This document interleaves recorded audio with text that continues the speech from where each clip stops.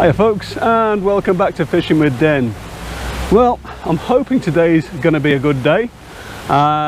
It's a bit windy at the moment and I'm in amongst all these trees, but what I've come down for today is I'm going to try this new Slik 20-22 Elastic. Now, they say this is designed for big fish or for fishing near snags.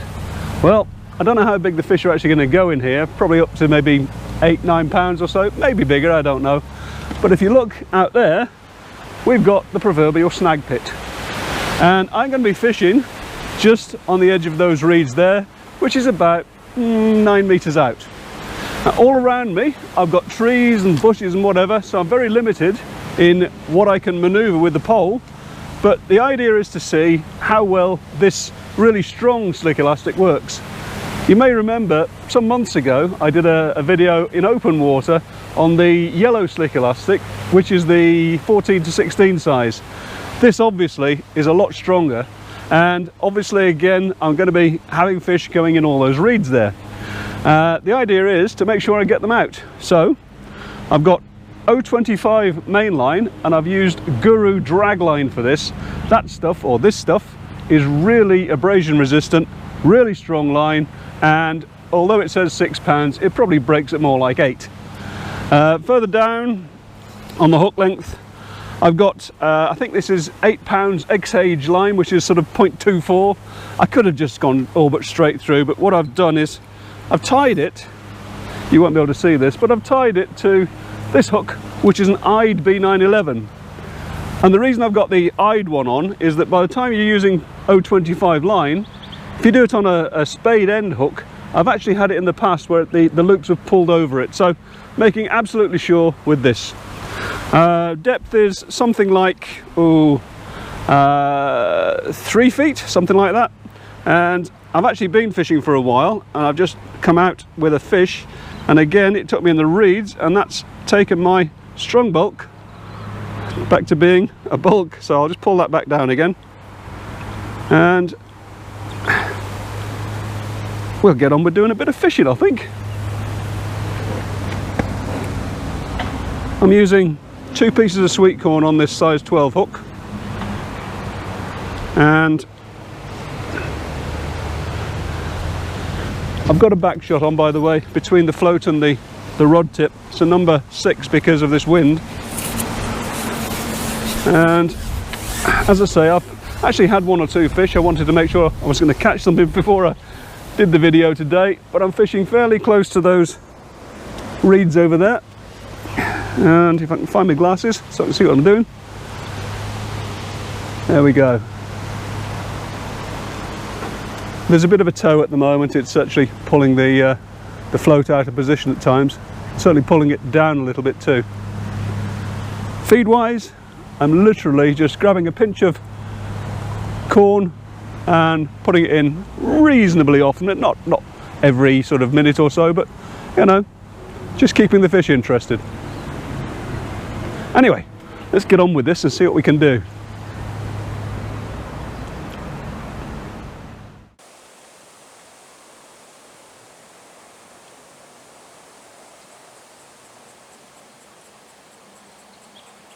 Oh yes.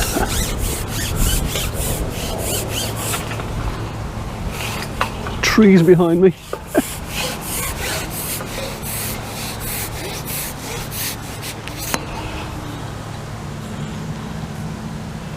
Okay, don't mind him fighting so much out there now.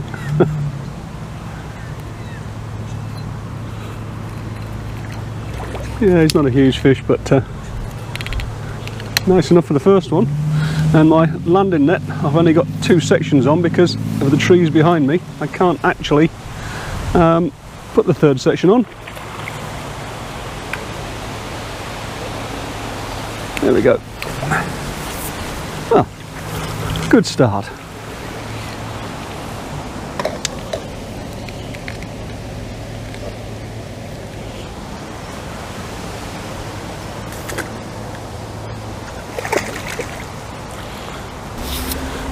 I'm finding that the trees behind me and the bushes and all the rest of it are really a bit of an issue, but it's something you have to live with sometimes.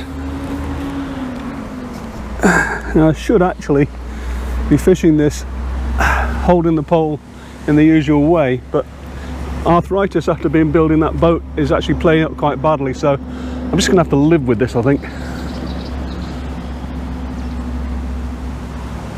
You probably wouldn't believe this, folks, but the wind is actually blowing at somewhere between 30 to 45 kilometers an hour, and that's probably 20-30 miles an hour from behind me. But in this swim you really wouldn't know that there was much wind at all. Kind of enclosed all around with trees, so that has a large bearing on things, obviously. But I think if I'd been fishing open water today, I'd have been struggling. And of course, when I said that, the wind is now starting to come sideways, and it's creating quite an undertow.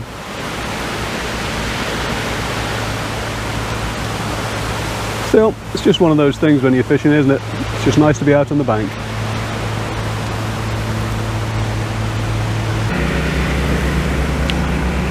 Got people cutting the grass behind me. It's in the middle of an industrial estate, and I had to choose today to come out, and they've got the old whippersnippers out there, you know, for cutting the edges, and they've got that dirty great tractor thing which you may be able to hear in the background.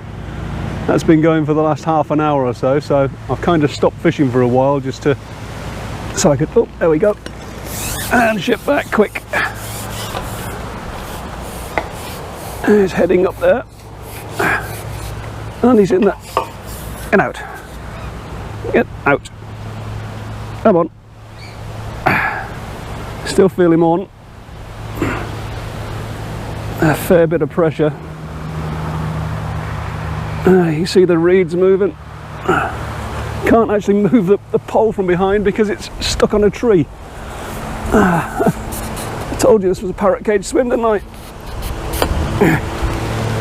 Right, let's get that up in the air a bit and start pulling. There we go.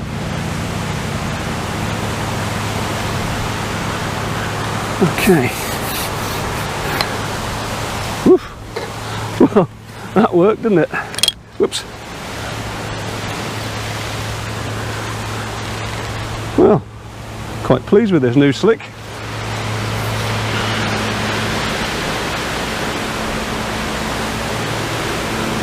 Really struggling with those trees and bushes behind me though.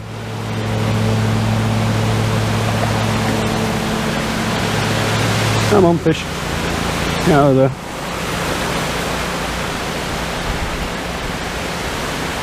He's a decent enough fish.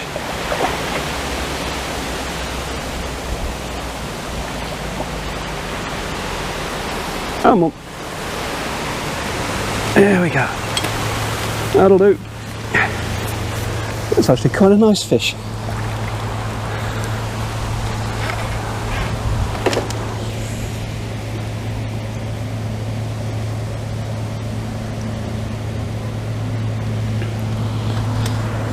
I'll get him out and show you just for this one. There we are, look. Not bad, eh? Get him in the net. Whew. Well, at least those people digging the, sorry, not digging, mowing the grass have gone down that way now, so I'm hoping you can hear me now. Oh. It's pushed all my shot up and destroyed all my shotting pattern because it was in the reeds, and again, that's something you have to accept. It's just one of those things. It only pushes them together. Trouble is sometimes it also pulls his shot off, so, and oh, it's also pulled off the lower rubber. Now when you got this sort of thing happening, always make sure that you check your depth. I put a marker on mine, just a little bit of Tipex there, and it's moved a fraction, but it's not much. Just pull it down a little bit. But if you don't check that, of course, you don't really know whether you're on the bottom or off the bottom or what. So, always worth checking.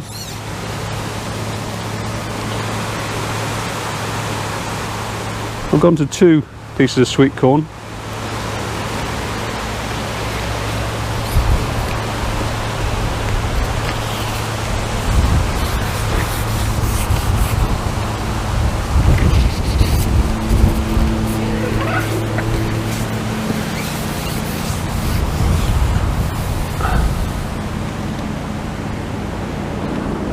and all I'm doing is just flicking some pieces of corn out where I'm fishing.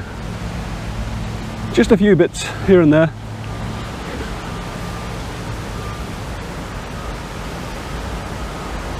Couldn't get much easier than this, could it? Apart from the the reeds, of course. I meant the fishing.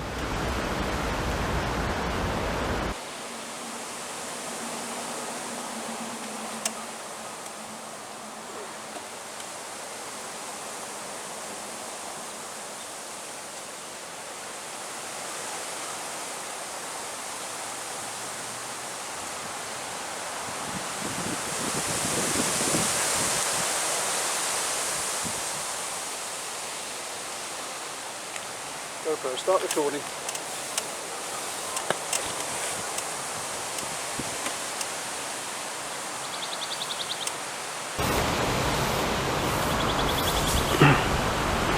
Oh, he's right in the reeds. Look, this is where you keep the rod up high, unlike usual, and you have a chance of coming out. And I've just been bombed by a branch coming down. Well, there we go. That came out quite well.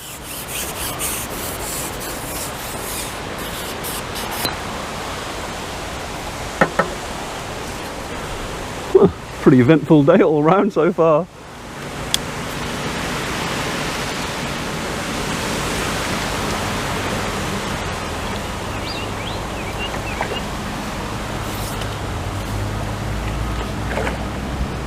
Oh. There we go.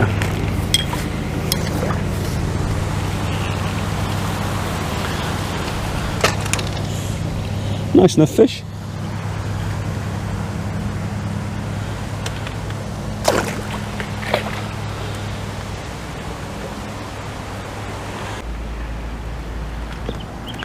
Of course, I should also mention that you don't want to be using a lightweight match fishing pole for this sort of thing.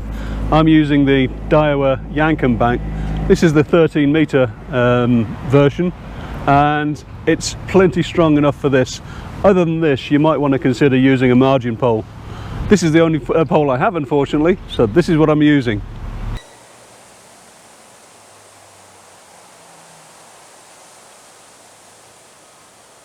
GoPro, start recording. It's a bit of a run. Yeah, we're in. And ship back. Caught in the tree behind me again, and he's straight into the reeds. Look. Come on, out you come. I can't manoeuvre the pole properly. I have to do it from a shorter pole. There we go. Woo. Those bushes behind me are really causing me problems. And that's actually a catfish. Never caught a catfish in here before. But, whoops. Just goes to show they are in here. Let's get him out and have a look. Get rid of all this stuff that goes with it.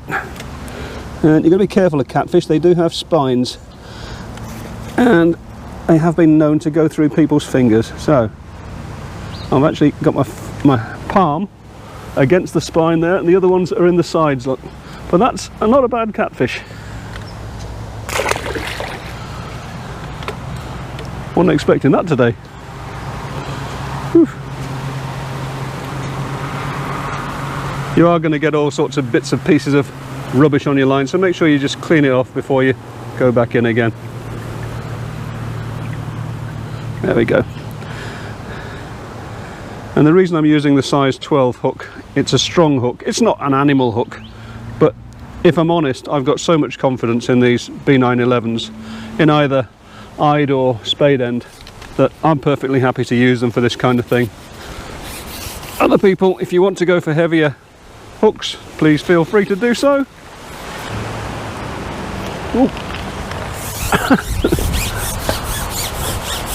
Here we go again. Can't manoeuvre the pole properly. There we go. Keep it up high and just hold on. That one's going for it. He's pulling further and further into all that rubbish and matting there. If I break the pole, well, maybe get a bigger pole next time, or a stronger pole, but this should actually come out. There we go, here we come. Come on.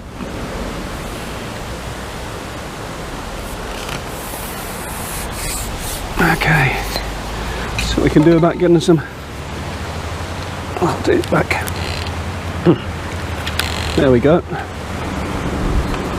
And that's what happens with these sorts of swims, you end up in all sorts of aggro, and there's branches down the inside as well, by the way, so I've got to be careful of those. But this elastic certainly seems to be doing the job so far.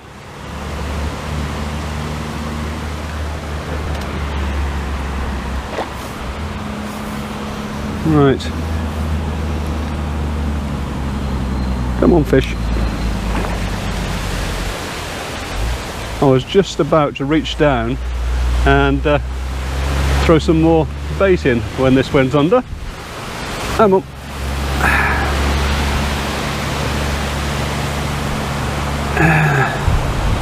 There we go. And the thing about that is, if the thing goes under and charges off, you could be relling the weeds while literally in that split second you were looking down. A nice little fish.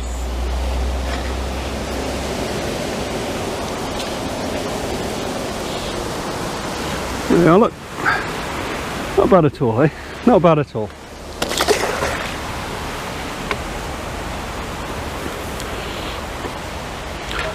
I was just eating lunch as well, which consisted of one cereal chocolate bar, which is my diet. And for any of you that may have noticed, I've lost about 26-28 pounds in weight since I probably last spoke to you. I call it lockdown diet, if you like, which is the best part of 2 stone in English terms. So kind of pleased with myself. Now all I've got to do is keep it up. I'll just have to keep going fishing to make sure I use lots of energy. 2 bits of corn on the hook as usual. Hook point showing.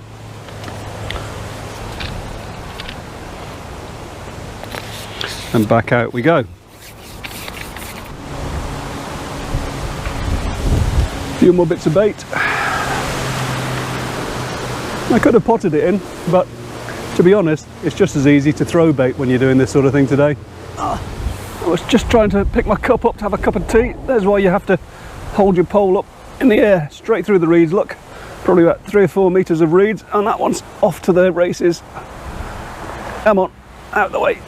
Come on. There we go. Probably going to hit that big tree behind me in a sec. So we'll see if we can take some sections off.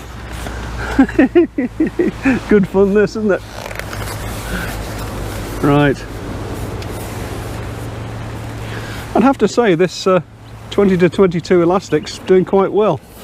I've only pulled out of one, and that's not to say I tore the hook out. It's probably just one of those things, but so far even the smaller fish are pulling a little bit of elastic out to give me some cushion, and these somewhat bigger fish are also being subdued fairly well. Well, very well actually. And I literally just bent down to pick my cup of tea up when this went under.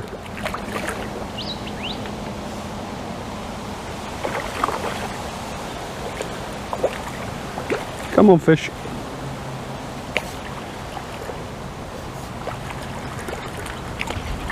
They don't want to know the net, do they? Come on. There we go. All about the same sort of size, the sort of 5-6 pound range. Okay.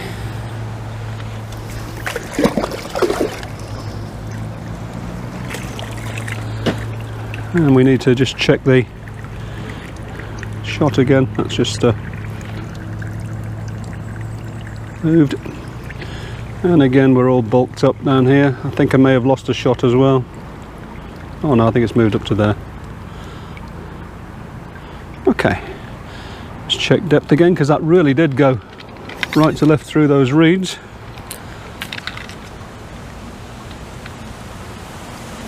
There we go. This is actually on very tight, by the way, in case you're wondering. It's got a total of 3 rubbers down below the stem here, and another rubber above. So it's not as though this is a wrongly attached float. Right, I'll get to drink that cup of tea in a minute.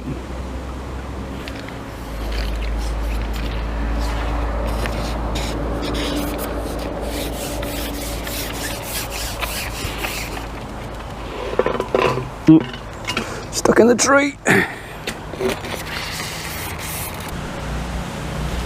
I'm only using corn today, no pellets, nothing. I've got some bread, but to be honest, you don't need it here, so literally it's as simple as a can of corn today. Nice, cheap, simple day. Well, he was off to the side before I'd even properly struck. They usually go this way. Oh, he's way out over there, look. That's a lot of elastic gone out for a 18 to 22, sorry, 20 to 22. Now he's coming down the inside. He's a bit acrobatic, this guy. He's going for the snags on the inside now.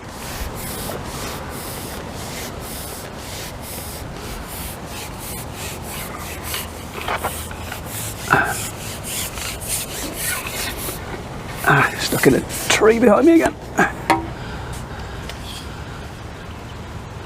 Not even all that big, look. Just goes to show how strong carp are.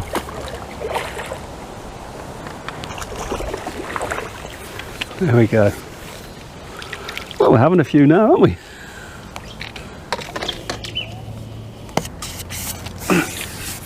Just keep the feed going in at a steady rate. Don't want too much feed in all at once because they'll be milling around all over the place, and I'll end up with line bites. So a few bits of corn and away we go again. Bear in mind, this is not a commercial water, this is just natural water, never been stocked, and most of the fish have probably never been caught. Is that something? Yep. Oh, they're going off to the side again. Oh, he's back up the reeds out there. Get out of there. See what I mean about straight back in the reeds? Can't get any more height on the thing.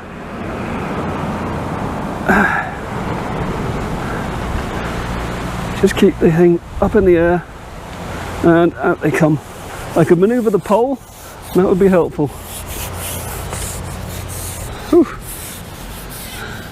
I know I'm whining on about these trees and bushes behind me, but it's really making it difficult, guys. But this is good fun.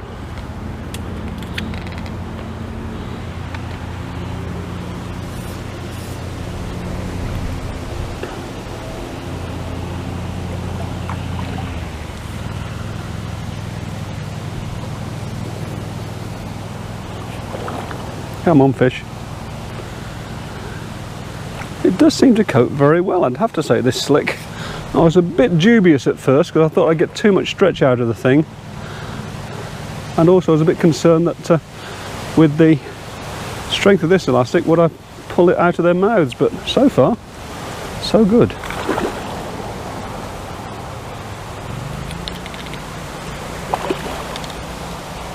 Doesn't want to give up, this guy, does he?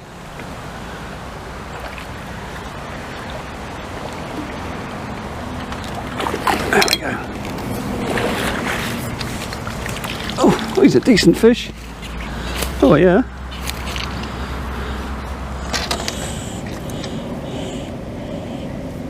Probably 6 or 7. Nice thick fish. Let's see if we can get him out and show you. There we are, look. Really thick.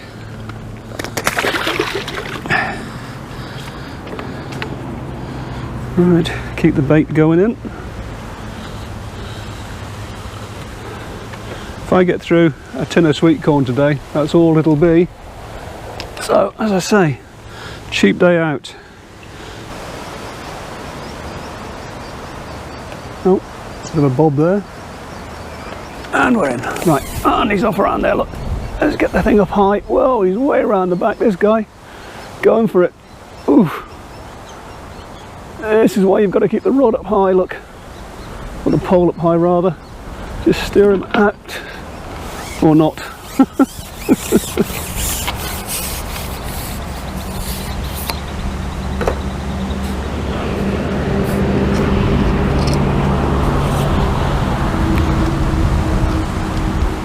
Oh well. broke the float as well. Oh hum. Never mind. Better put another rig on. Well, it seems I must have spooked them since I lost that fish and changed rigs. I've gone back out there and it's actually pretty dead now. And of course, if this was a match or a different day, I'd have probably tried over to the right or even over to the left and down in the margins. But I came out here specifically to try this new elastic and to see how it went with getting into snaggy swims, and yeah, it's actually worked great, and I've had a really good day's fishing, so I can't complain. But before I go, let me just reinforce the fact that if you're going to try this, make sure you use a really strong pole, and if you're not sure about your own pole, either do the research on the internet or go and ask your tackle shop. You do not want to be breaking an expensive pole. So anyway, on that note, as always, I hope you enjoyed it. I did. If you did, please click the like button, and if you want to subscribe, you can do that too.